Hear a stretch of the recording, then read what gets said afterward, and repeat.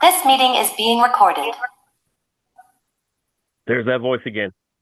Ladies and gentlemen, especially those who are Georgia Tech fans, welcome to season 3 of Up with the White and Gold. He is GATechJon Watt. I am Jeremy the Impact York. We are back for season 3, and just like earlier in the week on Hunker Down, I must have misheard the assignment. John said, hey, let's get on here and talk some football. I put on one of my favorite football jerseys. He meant the one behind me. My bad. Yeah. I guess I'm 0-2 for the week. But before we dive into the amazing things the Jackets have been doing recently and the amazing thing they're going to do no, not tomorrow night. Today's Wednesday. 2 nights from now. How are you, bud?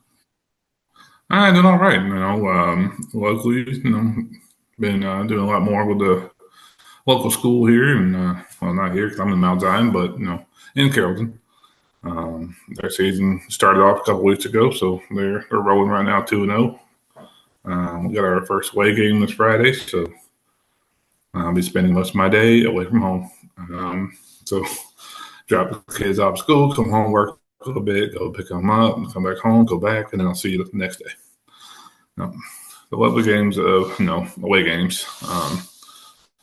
Traveling a little north and visiting Rome High School. I know you're familiar in the West Georgia area. But I'm pretty good. We're back in this season of things to do. It's fall, it's football season, it's band season, it's everything. I'm doing pretty good. Yeah, you're wearing that football jersey, and I'm like, well, what? I don't even know what team is. That Don't is me off a little bit. at Benfica, I believe. That sounds about right. I'm not familiar. I'm familiar with the team, just not the logo. Yeah, Benfica. I don't know. I got it as part of a random jersey thing where you donated some money to a cause. They sent you a random jersey. You just filled something out, and I'll be honest. I reached out to friends of the show, Soccer Down Here, to say, hey, who is this? I had an idea, and it was one of the 3 that I had figured out, and they said, oh, it's definitely that. It's a throwback because it's this or that. I was like, cool. So I started following Benfica, and ever since I've been following them, they've been doing really well. So you guys are welcome for that. And Well. just I want to commend the effort. You did say you're doing a lot more with one of the local schools in your area. By far, you might be one of the best crossing guards they've ever had. So just want to applaud the effort of that.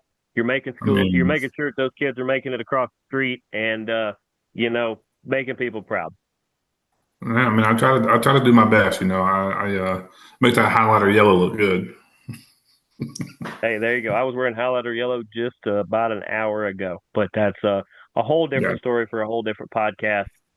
We are here to talk about a different color yellow. I know it's more gold, but it's a yellowish color. Yep. We'll go with it. It's in the name. I mean, I didn't graduate from the school, but without getting into that story, I mean, technically you didn't either. So we'll get into that. If you guys don't know that story, go back in the early archives of this show. Yeah, that story's in there, and I don't know, we may make it like an Instagram live one day because it's a fun story for at least one of us and not the other. But Yeah, whatever. I was saying before we started that talking UGA earlier this week with Jake was a little bit of a change, but not so much of a change for Georgia Tech in that Tech and Georgia had a similar offseason where no real big injuries. Nobody spent any time in the back of cars with lights on top.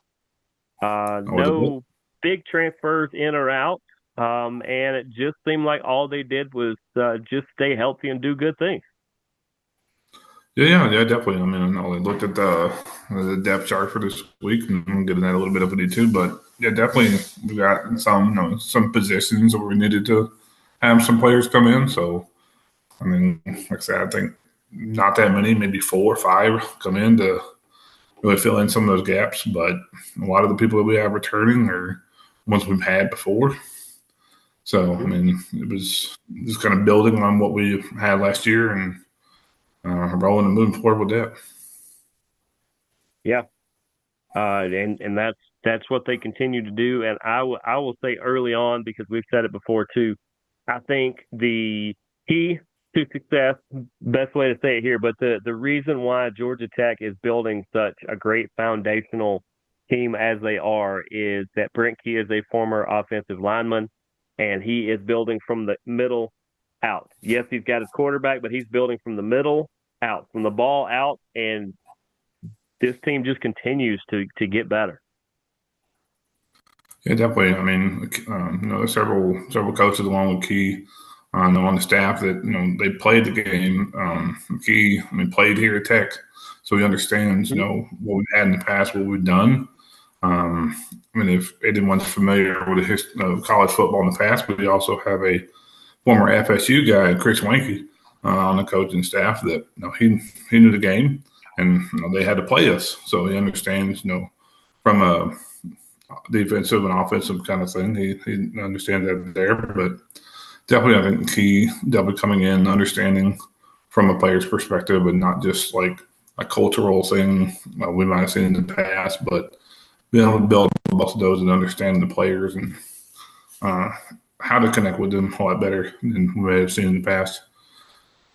Has done a really, really good job building year after year. So definitely looking forward to what we can do this year. Yeah, definitely so. And I will say this every episode unless I forget. Coach Key, my offer still stands to go. If we're looking here, I think it's that way. No, wait, could be kind of you're right. left or something here. That yeah, I think it's that way. Yep. Yes. Lunch Yeah. lunch is on and not just Impact Media. Lunch is on Up with the White and Gold over there at the Varsity. Of course, if Varsity wants to sponsor the show, that's even better. I will happily get paid in Philly dogs. I have no problem with that. My cholesterol may disagree, but that's okay. We will just we'll figure that out. But Coach Key and Coach Winky, that's fine. We would happily love to meet you guys for lunch over there sometime. We can do it at a time when everybody's in class so that you don't get bombarded or something. But no, for real, we'd just love to buy you lunch. You don't even have to talk to us. Just stare at us while we're eating a chili dog, or we're just sipping on sipping on the orange Julius. Not quite an orange Julius, but I remember those orange Juliuses. Those were good. But varsity orange, the frosty orange there. I think. Yeah, I'm gonna mix up a little bit here and there. I could go for an orange Julius about now, but I'd probably drink 3 of them, and that wouldn't be good. But probably too much to sit in my brain. Yeah. I'll tell you what I'm drinking, but not only am I out of it, they don't sponsor the show, even though their headquarters are not far from this stadium. Yeah, my bad. My bad for supporting a competitor's product. Hey, I'm okay if they sponsor our show too. Anybody can sponsor our show. Equal opportunity. I would say anybody. It's got to be somebody we believe in. You can't be like a weird company or something we don't like. So we will put that out there. Yeah. But let's talk about this game on Friday night. It is the Georgia Tech Yellow Jackets. They are going all the way over to Boulder, Colorado. I hear that's better than Denver. Friday night at 8 p.m. on the four-letter network, otherwise known as ESPN, to face those Colorado Buffaloes and prime time Deion Sanders without Travis Hunter and without Shadur. I think he's handing out Gatorade in Cleveland now. I'm not sure exactly, but I believe in the kid. He's going to do good. But let's talk more about this game. Some people are saying the following. Man, that's a long road trip. Okay, a couple hours on a plane, sure.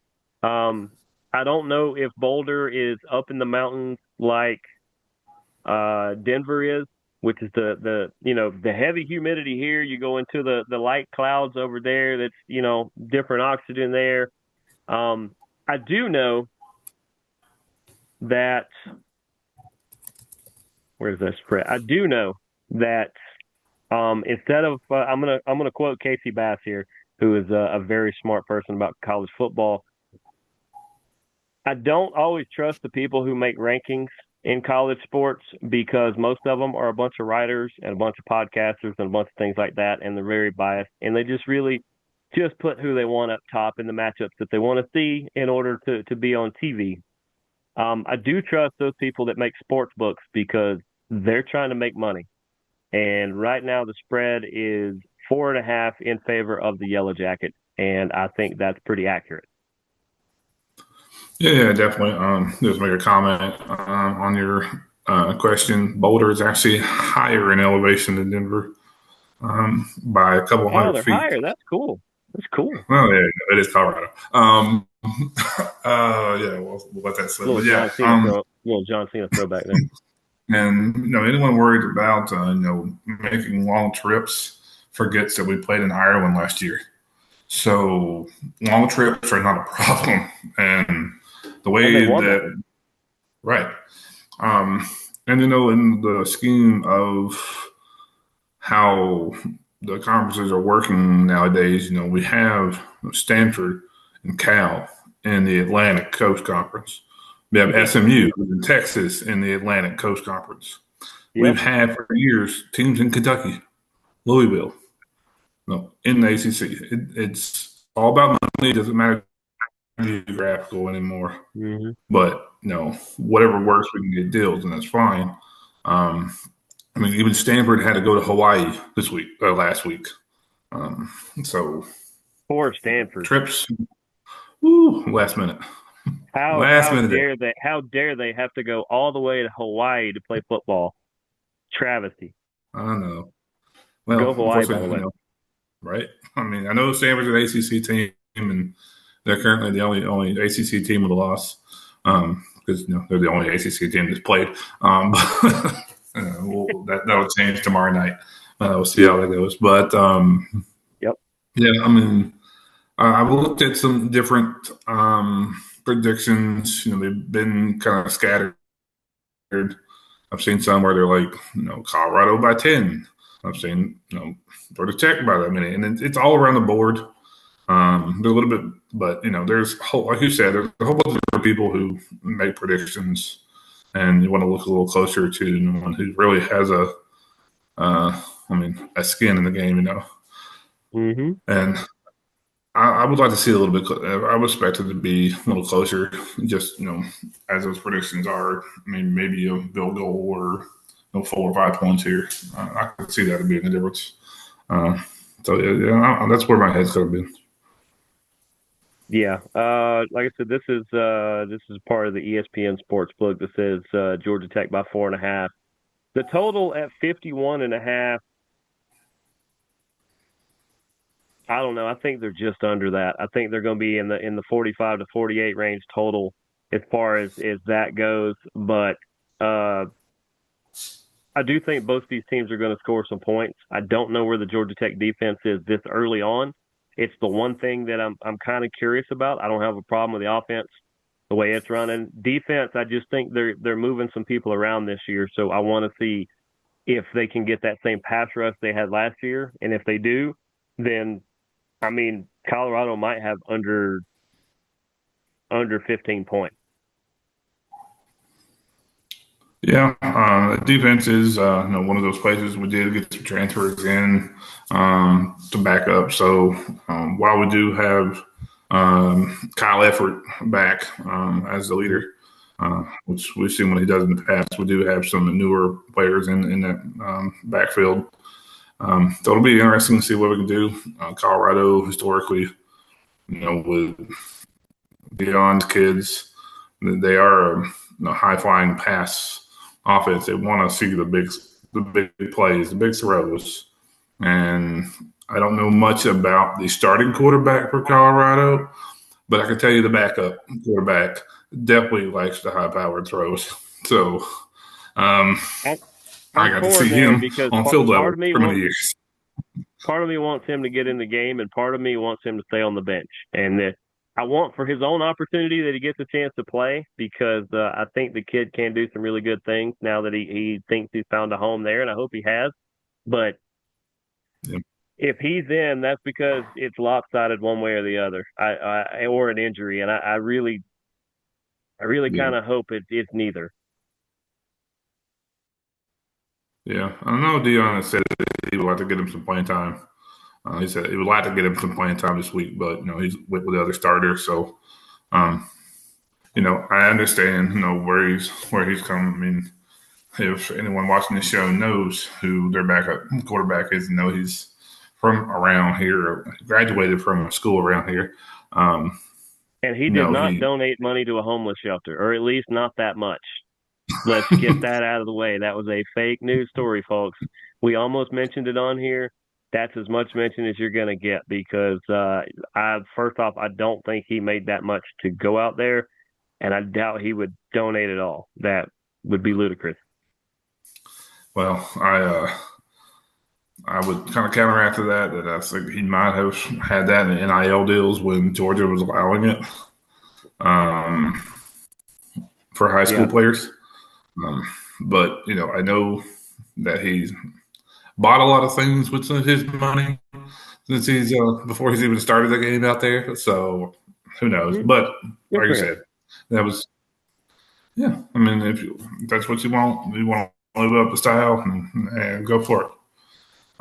But yeah, I mean, I would like to see him at some point what he can do, but we'll focus on the actual starting quarterback and got to see where we can go from there. And Yeah, it'll be interesting to see you got your starter and your backup are both new for players for them since the last few years have been the Sanders kids. So yeah, it'll definitely be interesting to see what will happen there. yeah. From the looks of it, Caden Salter, who is the starting quarterback for Colorado, at least from what I'm seeing, he's thrown Yeah. quite a bit in the last couple of years. I Okay. don't know if it's all been Colorado. I feel like it's not, but because that it's not showing me that on my particular graphic. But the kid can sling it a little bit. And looks like he can run a little bit, and that's what Dion needs out there. Is he needs chaos and he needs unpredictability because if they thought they had a target last year, that target got bigger this year in Colorado. But yeah, just kind of follow up on that. He is new to Colorado. He is a former Tennessee Volunteer and Liberty Flame. That's Um, what it is. He's from Liberty. so yeah, he was with Tennessee, but then had some off field issues. So he left Tennessee, went to Liberty, played, and now is transferred into Colorado. So So that's yeah, but good. like I All said, right.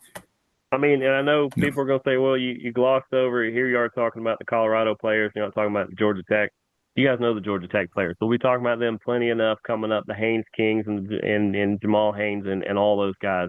Trust me, they will get more than enough play on this show. But for the sake of time, give me a score prediction for this game.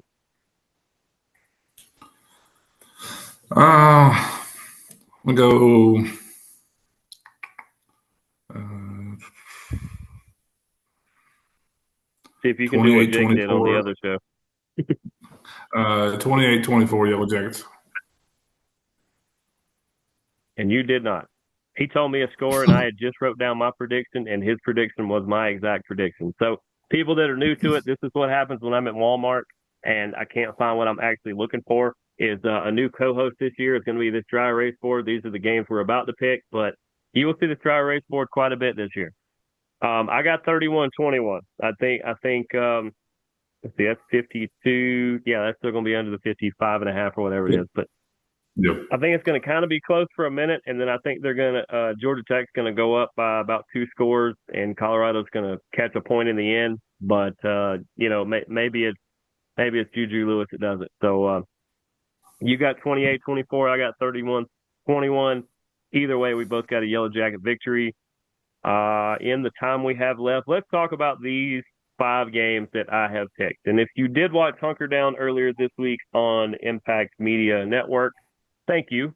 You will hear my same predictions for a couple of these games because a couple of them overlap. I call it the Battle of the Orange as Syracuse is going to Tennessee. Who you got in that one? Well, I know you said going to Tennessee. This is actually a neutral Yeah, game in number Atlanta. 24, Tennessee. That is a 12 p.m. ABC game. Let me make sure that is in Tennessee. No, that is in the Benz. That It is is right not. I here guess locally. it's in Atlanta. Yep. That's why I said you said go with 2. I said nope. That's in Atlanta. The bids. So that's that SEC ACC kickoff we get at the beginning of the year. Um, yeah, this one. I think Tennessee will have this one. I mean, Syracuse is one of those ones that are kind of top of the mid ACC, Yeah, but I just know that they haven't enough for Tennessee. I'm pretty sure I took Tennessee. Try to look back real quick and make sure.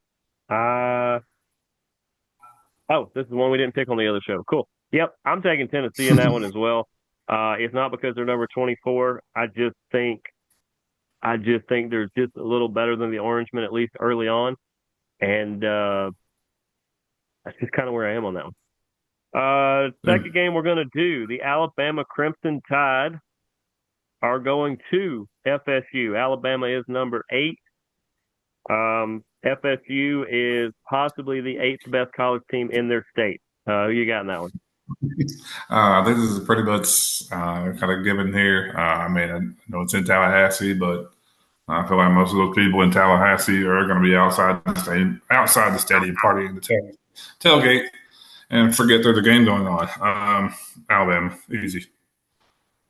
Yeah, I had Alabama in that one as well. Another one I had on both shows. Number 9 LSU is going to number 4 Clemson. That is a night game. I know that matters when you talk about both Death Valleys. I will leave the low hanging fruit in case you wanna take the same course that the other co-host did. Who you got in this one? I mean, a night game in the real Death Valley in Clemson. I mean, I know typically we say, the good, bad, and the ugly, and Clemson's ugly, but this is a Clemson game for me. I'm gonna definitely take Clemson over. I mean, being at home in a night game. I mean, I like having that 4 versus 9 early in the season, but yeah, sorry, this is Clemson. Well, if you heard my previous prediction, I picked the Tigers to win. In this Nice. case, I took the home Tigers. Yeah, I got Clemson all the way. I've been to that Death Valley twice, once at night and once during the day.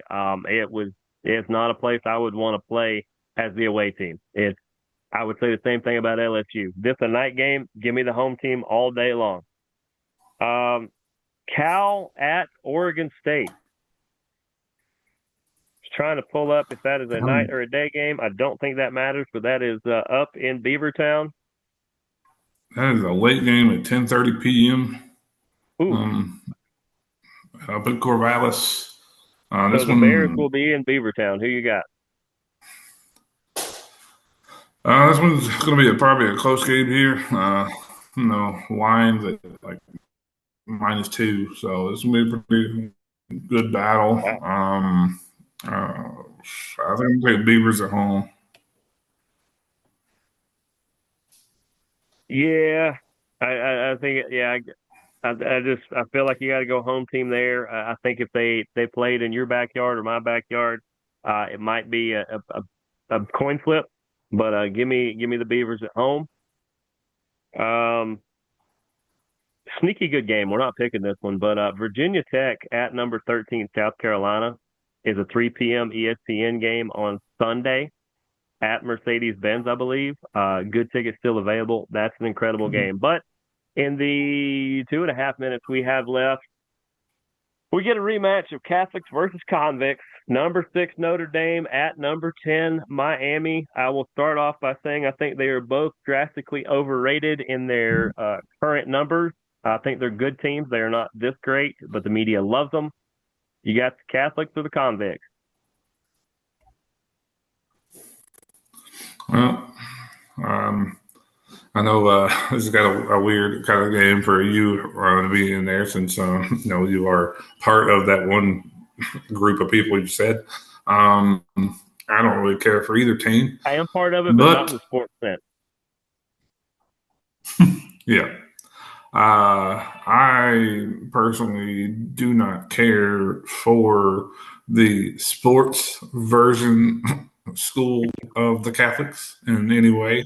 So Good I way to dance will around that one. vote against this. I had to.